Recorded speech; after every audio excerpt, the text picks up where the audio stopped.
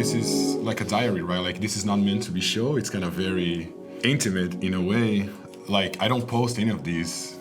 Most of these drawings nobody ever saw because that's not the goal. Yeah, part of the process and part of who I am, part of, my self-discovery, my thoughts, my journey as a person, I guess. So the sketchbook for me is a way of thinking, I guess. It's kind of testing out new ideas, is almost like my diary. But also, there's a little bit of math studies here. There is a sculpture. There is a lot of clay stuff. That's why I brought my iPad. So it's less about the book itself and more about the state of mind. Like this is more like ballpoint, and then this is kind of, pencil, and the other one is like more writing, so there's a little bit of everything. But yeah, like this is kind of some life studies, just kind of experimenting with like red pens. I selected a couple of pages so we don't need to go over everything, right? But just kind of trying out different things, playing with different materials, experimenting with like white pen and red pen and all that kind of stuff. And then I learned that we can dilute some of that. I was never academically trained. Like I started sculpting like 20 years ago, and I started drawing maybe like 10 years ago. So like I spent like most of my time sculpting and with clay and 3D and all of that. So there's a lot of conceptual ideas from drawing that are somewhat new to me. So we're gonna see a little bit of that throughout here. I used to think that it was wrong because I was all over the place, and now I really double down on being all over the place. That's kind of who I am, I guess. We go over this one here. We're gonna have taking some classes. Let me see. This is Ramon's class, a friend of mine. Then we're gonna see like starting to get some anatomy drawings, stuff that I've done in 3D like multiple times with clay and ZBrush. Kind of translating some of that to pen and paper.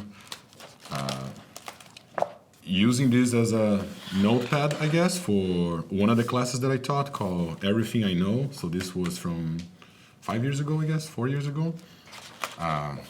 Was working on a project called Callisto Protocol. We were doing a lot of creatures, and in the meantime, I would just do some rough sketches, I guess. Experimenting different styles, and again, writing about different things that I was doing at that time too, which has nothing to do with the drawings. More writing. Are those real people? No, these are all like from imagination.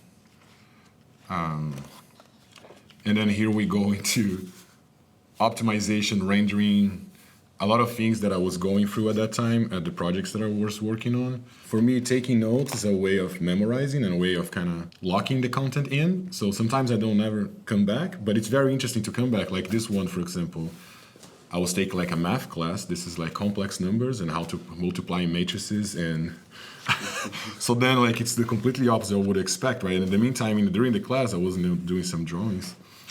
I like to explore all of the different fields that we have. Like to think that I'm a game developer, so it's not only about the art, it's about everything, right? So for me, in order to communicate with engineers, for example, I need to be able to understand to a certain degree what they do. So that's why I'm interested in kind of learning more about their craft. This is kind of rendering pipeline for games, so this is kind of going to the vertex fetch and then vertex processing, and then we assemble all of that. It's very kind of nerdy stuff and kind of very deep into, and then you see like a little sketch, out of the nowhere, right? Feels good to kind of have some sort of connection with the past. I go back to my own work if I'm like self-doubting myself, right? Like I'm like, okay, I've done this, I've done that, and yeah, some more sketches, oil painting classes, and then I was doing like some like very quick preps for some oil paintings that I was doing at that time, getting a little bit more into rendering with different sort of materials. Lots of notes. I guess I think a lot, maybe sometimes too much. I do find writing very important for me even sometimes nothing related to art, as you guys saw here too, but just thinking about life in general too. I like to kind of, sometimes I have like all these thoughts and then I start writing or drawing or whatever.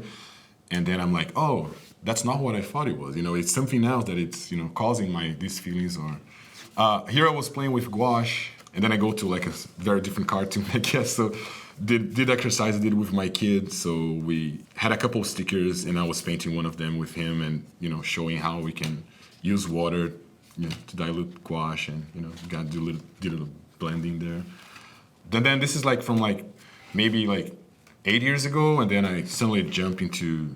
I found the sketchbook the other day, and I started drawing. Like this is from like maybe a year ago, a couple months ago, and then just doing more studies from other artists that I enjoy, or some of these are from imagination. I was skateboarding and editing videos of myself and my friends. I wanted to be a professional skater. So then I went to film school.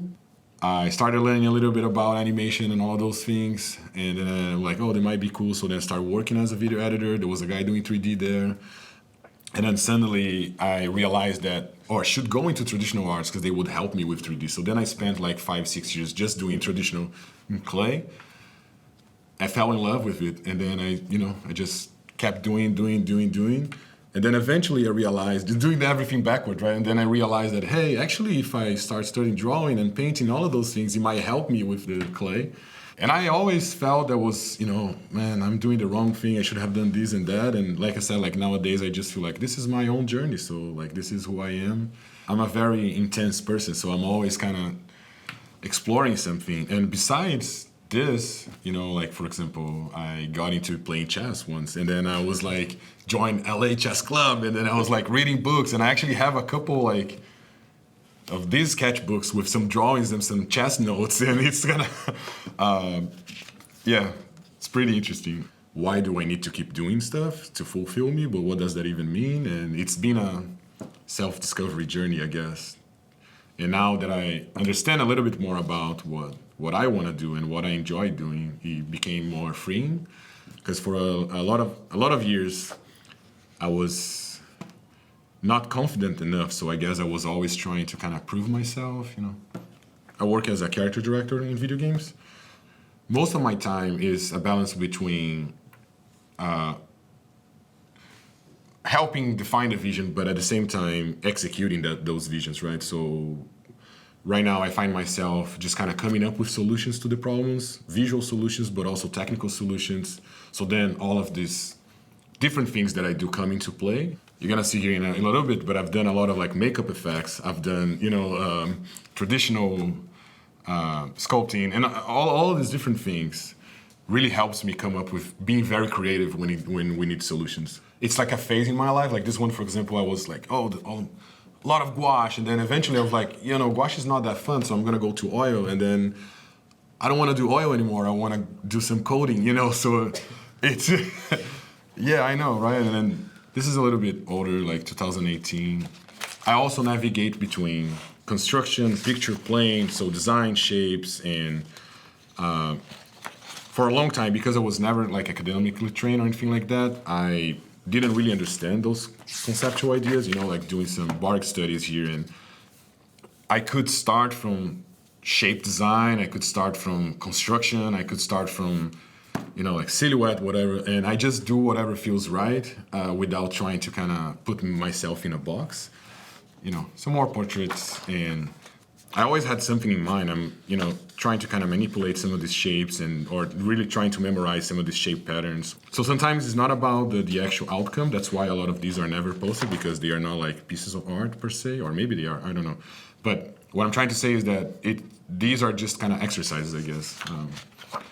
I guess we only live once, and life is so short that I want to be able to explore all of these different things and kind of try it all out. So you travel a lot also? I travel a lot, yeah. Me and my wife, we love traveling, experimenting different cultures and talking to different people. It's less about seeking knowledge and more about experimenting life. I don't know. It's very philosophical, I guess. So Simon is here. This is a class I took with Simon 2015, I guess, or 2016. trying to create little stories, I guess, at that time with clay, which it's a very different approach, a couple hours a day, because I was doing like this off work. It looks like there's a lot of details, but I'm actually, faking a lot of those or just kind of insinuating a lot of details, right? And I think that's something that I learned from like some of the drawings and from all of the things that I've done throughout the years is that you can give the impression there are a lot of details without doing a lot of the detail. Yeah. Some head studies. This is all ZBrush. I wrote an anatomy book, and I've been in love with anatomy for many years. So I started doing some of these studies for me, started posting them online, and then I noticed that a lot of people were interested in some of the breakdowns that I was doing. So then I ended up writing a book. It's called Anatomy Studies. And so the goal here was everything is hand sculpted. So, but I was also trying to understand the movement, how the muscles contract and what kind of happens on the outside of the skin. And again, thinking more about movement and how this can actually help me when I talk to animators, all of those things kind of come into play. Looking at my own arm, I'm just kidding. No, just kidding. No, but then I did a little series which I was just going from very basic shapes to kind of more refined and kind of a little bit of how I think about those shapes, and it's kind of a classic breakdown step by step, which was pretty cool too. Just trying to give back a little bit to the community. A lot of people helped me throughout my career, and so I like doing that. Helping out as much as I can and sharing some of my thought process, my sculpting process, my art process, I guess, too. What I like the most is when seeing an artist working that I enjoy. When I see them working and building from scratch, it feels real. It doesn't break the magic per se, but it kind of breaks the illusion that this is something that cannot be achieved, So it kind of feels a little bit closer. These are some ZBrush sculpt, models painted in Photoshop. It's based on a Carlos Huante, quick drawing, I believe, if I'm not mistaken. It's been a while. It's been in a very different styles too, My kids love this cartoon show. This is like a 2D TV show. More kind of rough, digital, sort of simulating a little bit my oil painting process, but in Photoshop. A little bit more the technical stuff. This is interesting. I brought for a purpose. So I do a lot of modeling, right? But I also want to make these things move for the games and for the films and all of that. So this is actually learning how I can actually wrap the skin on top of the surface and kind of do skin sliding, as we call it. I'm just exploring something, right? Some more kind of loose sketches. Again, here I was just using like round brushes, I wanted this to look like a hand-drawn thing, just for the sake of trying to. At this time, I was taking like a Russian Academy class on drawing and sculpting. It really spoke to me. Actually, I took a lot out of the class because it's a lot about having different tools and kind of using them whenever it's appropriate. I felt, this is how I am, so it was pretty cool to see. I'm on a moment in my career that I'm actually trying to understand how I can find time. I actually went through depression. I went through anxiety. I went through panic attacks. So because I was so intense, and now that I'm trying to understand where the intensity was coming from. But the intensity, it was not on the arts, it's about me. It's about, even when I was skating, for example, I used to say that this is real. I would not drink water until I landed a trick. And I had a lot of pride on that because I'm like, I have so much willpower, because I can, I will do all of that. And then these days, I think this is not the right approach anymore because I ended up suffering like many years after that because I ended up kind of putting myself into this state of mind that it's not very healthy. But it took me many, many years to realize that. It's very hard to talk about these things because that's who I am, that's where I got, because I did all of that. At the same time, I want to find some sort of like stable momentum that I can keep going forward and without having the pressure to be doing Yeah, some pumpkin carving. I also did a couple Ironman races, like triathlon, and which it's also like very time consuming. Yeah, and I spend most of my free time with my kids, so maybe like the past 4 or 5 years, I've kind of toned down a lot of that. It's been, without them, it was all about all of these things, and these days are a little bit less, but still. I just want to find the right moments to stop. I think that was my problem. When I was thirsty to drink water, I should have drank water. This is so much fun. Like, I really, really love doing this. This is like maybe 2 hours, 3 hours. And it's very fragile. So you do this, you take a couple pictures, a couple hours later it's all rotting, and then it's kind of all gone. And I find it pretty appealing, It's like an organic matter, I guess, and it's nature, and it goes away. I just want to be honest, right? Like, maybe these are more finished, not about finished, but they are more meant to be presented, I guess. This is all mask making, so this is from maybe 15 years ago. Back in Brazil, grew up in Brazil. Back in Brazil, I was running my own shop when I said about I jumped into traditional sculpting. So I wanted to do more than just sculpting. I wanted to turn these things into masks that people could wear or collect. And then I ended up going to makeup effects. We're gonna see some of that here. But these are all life-size latex. And the project that I worked on a couple years ago, like 2 years ago, Callisto Protocol, we actually had a couple creatures like in this team. So I remember when I sculpted this, like tentacles coming out of the mouth. And I was like, oh, okay, so I'm actually connecting to all of those experiments that, it was pretty cool. I was moving to US 2013. I was waiting for my visa, and then me and my wife, we moved to the beach. We lived there for 3 months. So I would surf in the morning, and then in the afternoon just do a bunch of sketches.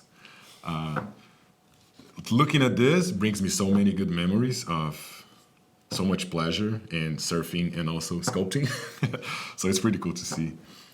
In this moment, I remember clearly too, like this is kind of just trying to see how little I could do to kind of indicate form or indicate shape. So you can see like the face is like very, very rough. How can I be very simple and still convey some emotion? What is this guy feeling, or what I want to feel when I see, So it's like, this is actually based on a Karl Kopinski piece, drawing, big inspiration for a long time. This one, another good story. In drawing, it's a much easier concept to think about shadow shapes and patterns, I guess, shape language. In sculpting, usually because you can move the light, and then you can you are thinking more about 3D and forms. It's a more form-oriented art, I guess. So here I was actually trying to sculpt for the shadow shapes as if I was drawing light and shadow patterns. More sketches, studies, trying like different sizes, different things. Again, quick sketches, more quick sketches. This was for a show called Monsterpalooza in LA that happens every year. VR, so this was I was getting into VR sculpting, and I wanted to kind of see how far I could push. Flash and kind of matter, I guess.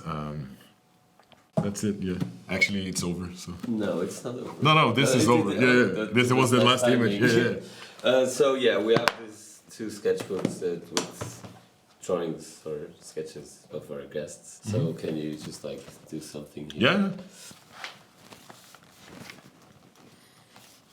So you already know what to do? Yeah, I know what I'm gonna write. I might draw something, I don't know, but I just want to write a message here. Okay. Yeah. Do it. Yeah.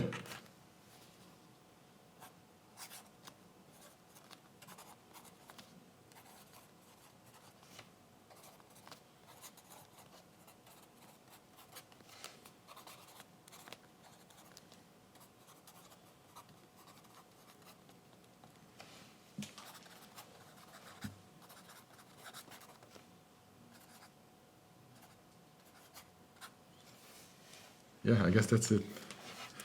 Double down on yourself. Be an individual. Be an individual is a phrase that I heard from on my skating years. So there is this skater, poet, I guess, called Mike Valley, and he wrote a big test about how the industry was changing things and how he saw himself not fitting. I also noticed that I don't fit, or I don't feel that I have the same path as usual, as most, and I don't need to be ashamed of that. And I guess he was saying that, hey, just be yourself, be an individual, in the sense of double down on who you are. And the more I realize that, the more freeing it is for me. And I guess that's the message I want to keep here, because this is how I'm feeling right now, as the same way you saw all of this. This is what I'm going through right now. So.